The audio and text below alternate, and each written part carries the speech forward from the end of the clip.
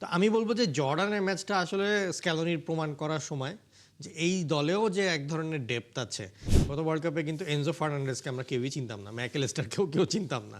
আর্জেন্টিনার সঙ্গে জর্ডানের ম্যাচ বিষয়টা আসলে একেবারে ডেড রাবার হয়ে গেছে এখন। কিন্তু বিষয়টা হচ্ছে আমরা দেখতে চাই যে বা লিওনেল স্কালোনিও আসলে দেখতে চান যে তার বেঞ্চের ডেপথ আসলে কতটা। আপনার কাছে জানতে চাইবো যে বেঞ্চের ডেপথ আর্জেন্টিনার আসলে কতটা, স্পেশালি যখন মোট 5টা গোল আর্জেন্টিনা এবারের ওয়ার্ল্ড কাপে প্রথম 2 ম্যাচে করেছে, সবগুলোই লিওনেল মেসি করেছেন এবং চান্স ক্রিয়েট হয়েছে লাস্ট ম্যাচটাতে, সেখানেও কিন্তু স্কোর আদায় করে নিতে পারেনি অন্যরা কেউই।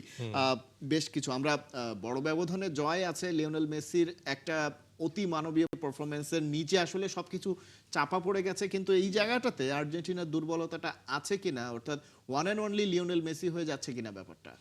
যে এখন পর্যন্ত 2 ম্যাচ যদি দেখি এবং ধরেন যে গোলের ধরন বা যেভাবে করে তারা আর কি ম্যাচটা শেষ পর্যন্ত জিততে পারলো, সেটার ধরন দেখলে যে কেউই বলবে যেটা মেসি নির্ভর একটা দল হয়ে যাচ্ছে।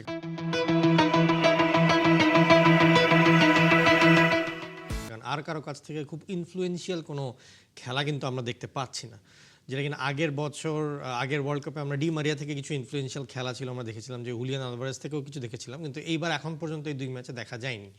তো আমি বলবো যে জর্ডানের ম্যাচটা আসলে স্ক্যালোনির প্রমাণ করার সময় যে এই দলেও যে এক ধরনের ডেপথ আছে বা এই দলেও যে এক ধরনের পারফরমেন্স বের করে আসতে পারে মেসি ছাড়া অন্য দল, এই জিনিসটাই আর কি এখানে প্রমাণ করার জায়গা।